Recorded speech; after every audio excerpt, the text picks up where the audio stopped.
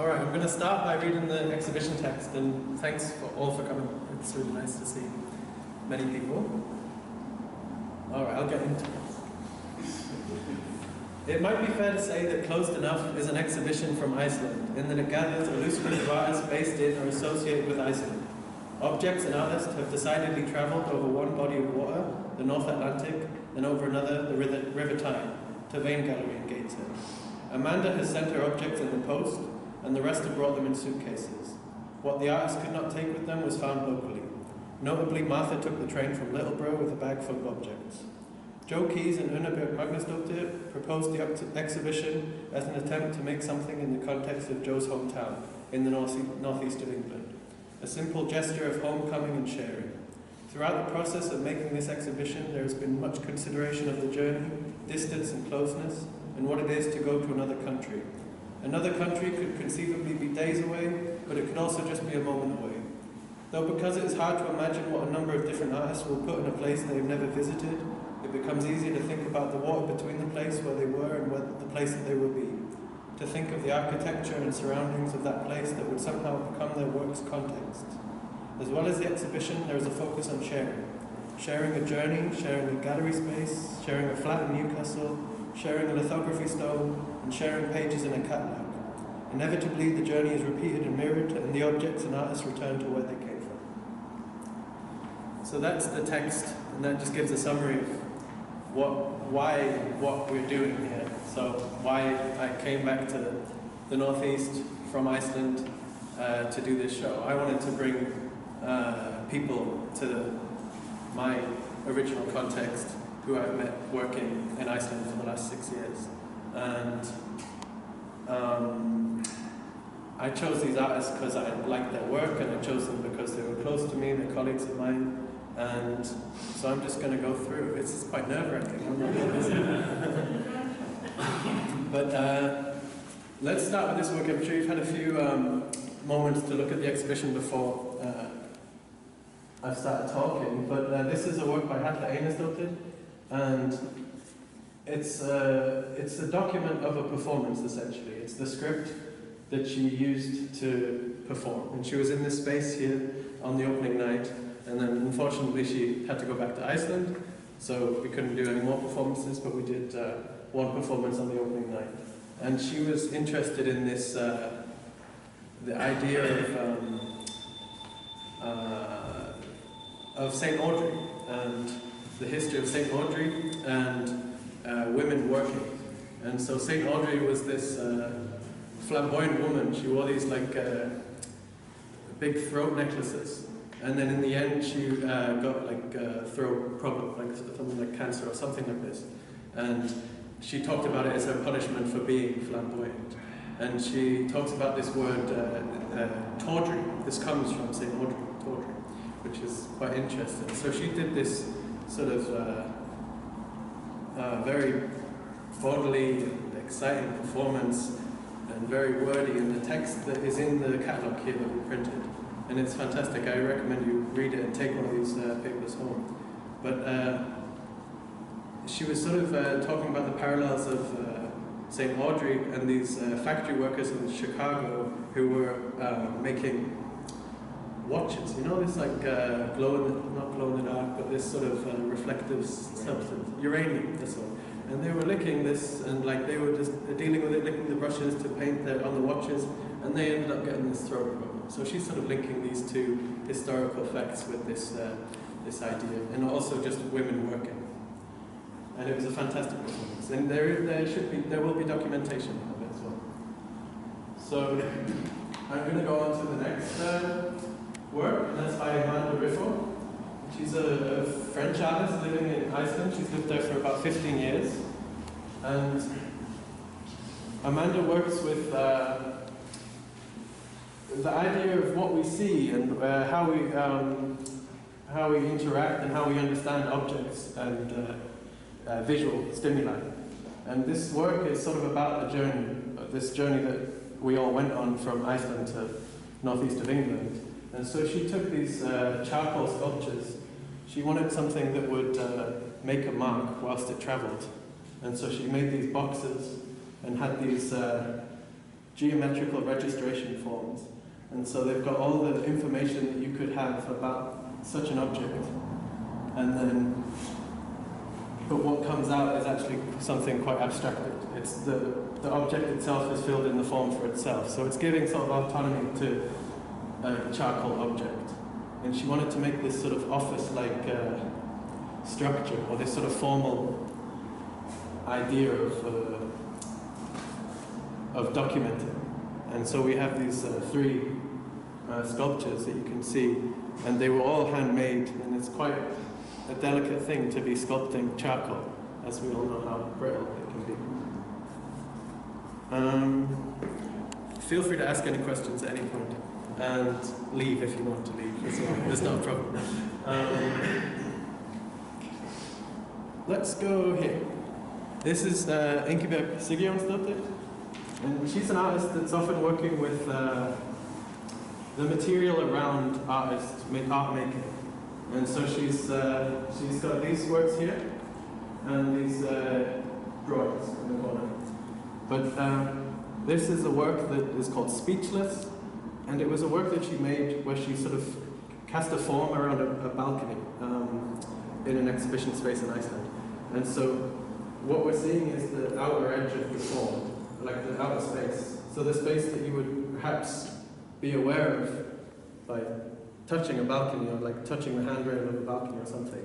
But here we have the sort of, this negative space. And the work was called Speechless, and I think it was sort of this feeling of giving attention to something that you can't really see, but you can be aware of. And then she did these works here, and again talking about the artist material, using the artist material just as simply as possible. This is a big stick of graphite, and what looks like very delicate pencil drawings was actually slamming her fist down with this graphite. And so something so, not violent, but like quite aggressive, becomes so delicate. And I think, like, to me this work feels very true to her method of using just the object for what it is, and not necessarily trying to make something else from it, making just exactly what you would make from that object. And then this work you probably heard as you came in, but this is by Logi Leo Gunnarsson, and he's often working with found sounds that you hear all the time in your daily life. Whether you're walking across the street and you've got the traffic lights and you're hearing that beep, where the scraping of various objects. And so he was very interested in this sort of clunk of those step ladders. And so you've got essentially this object making its own noise. It's goes up and then it goes down. And it's just sort of, again, using the bare bones of the object to make an art piece. And he also made these signs here. And these are, this is from a shop in Iceland that is advertising what signs it can make. And so they made one sign like this, and then they made other signs that you can see. But this is just to show the product of what could be possible to have your name for the front of your office or the front of your house, or something on your desk perhaps. And he went to the shop and asked them if he'd make another one. And they thought it was the weirdest thing they've ever done, but it was, but they were happy to do it. And but yeah, it sort of just shows potential. It just shows the options in a very simple geometric way. And then we have Eygló Harðardóttir, who is an artist that taught me when I studied in Iceland. And maybe it's, I'll say it, but like when I first encountered her work, I thought it was I thought it was quite hard. I thought it was, I didn't really understand in a way. I thought it was quite raw in a way that I wasn't used to, like coming from the UK maybe.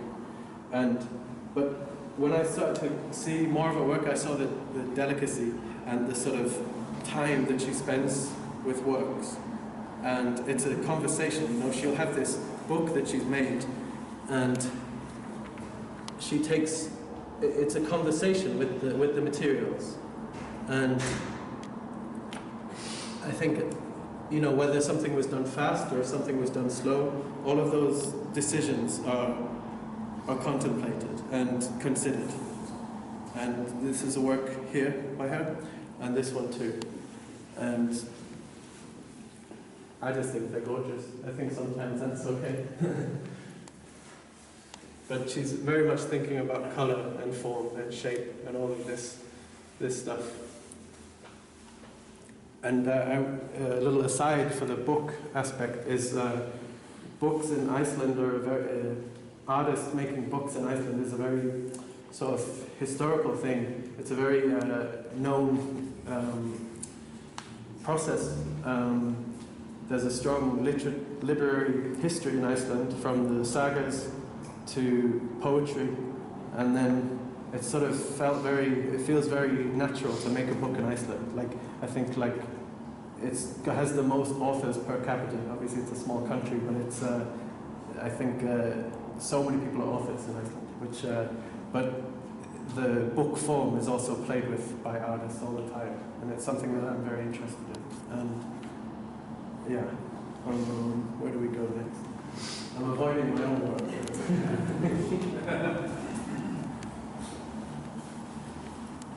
Here we have a work by Vane, who was the co-curator or organizer of this show.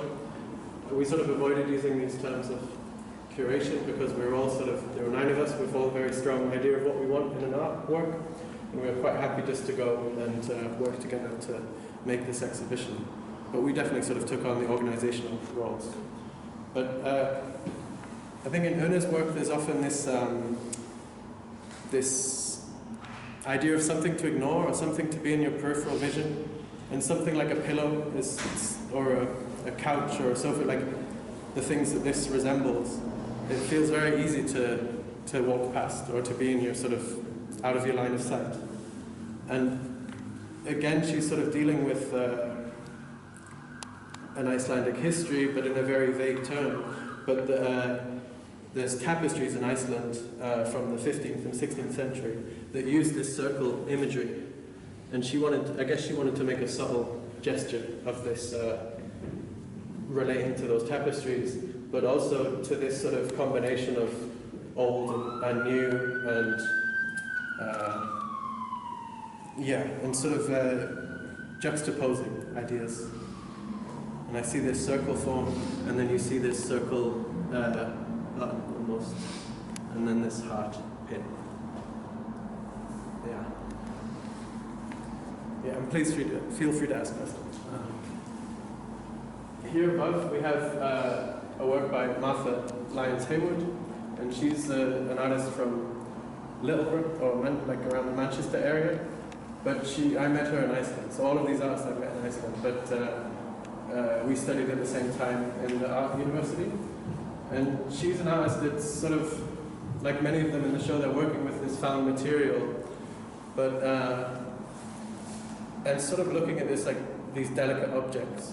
But she's very clear with, I think these are wasp's nest or hornet's nest or something, but that something in nature is so fragile, but it's so strong. It looks after itself, you know. It's like managed to maintain that form so delicately, but it's holding itself. And then the found objects of perhaps they were door wedges or something. And she's interested in these parallels of nature and leftovers from industry, and sort of putting them together. And so you see here, we have the chain with I think these are petals from is it an honesty plant or money plant or something like this? But again, this really delicate object holding itself, but also being held by the chain as this sort of juxtaposition. And the glass pieces there, they're very old. Well, not very old, but it's the oldest work in the show from 2013.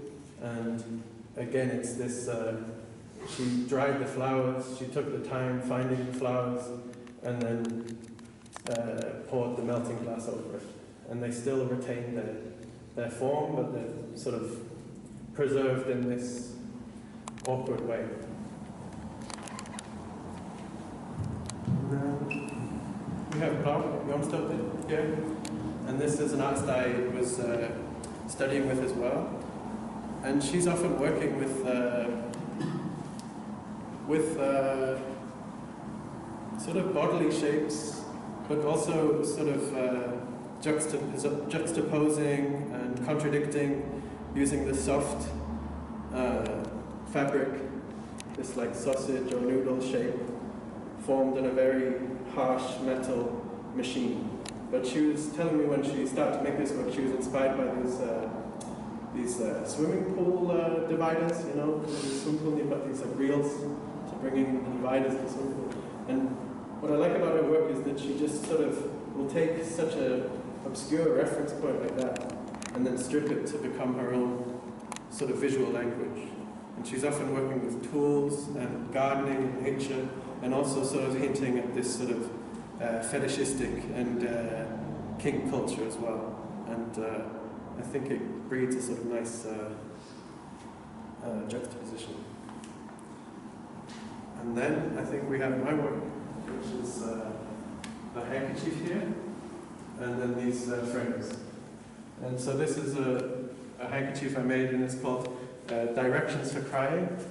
And I got this, I had a handkerchief that my granddad gave to me, and I got it remade. I asked the seamstress to make the lace for me, and then to sew it on, and then I printed the letters, and then I embroidered the northeast, southwest. And I like this idea of something as abstract as crying, as abstract as direction, as to how you should cry or how you should use a handkerchief.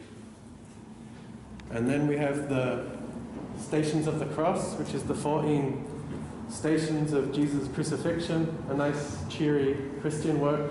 And I was playing with this, the word, the sign of the cross, the phrase, so the act.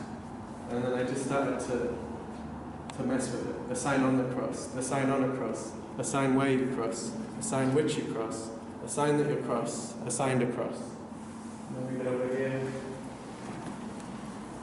Sign on the cross, a sign cross, sign with a cross, a sign when you cross, I set a cross, a sign at the cross, be assigned at the cross. And I kind of like this idea that there's 14 different words there, or phrases, or lines, or sentences, that you have a sort of suggestion of what each of those 14 different words are, but they give you a different visual stimuli. And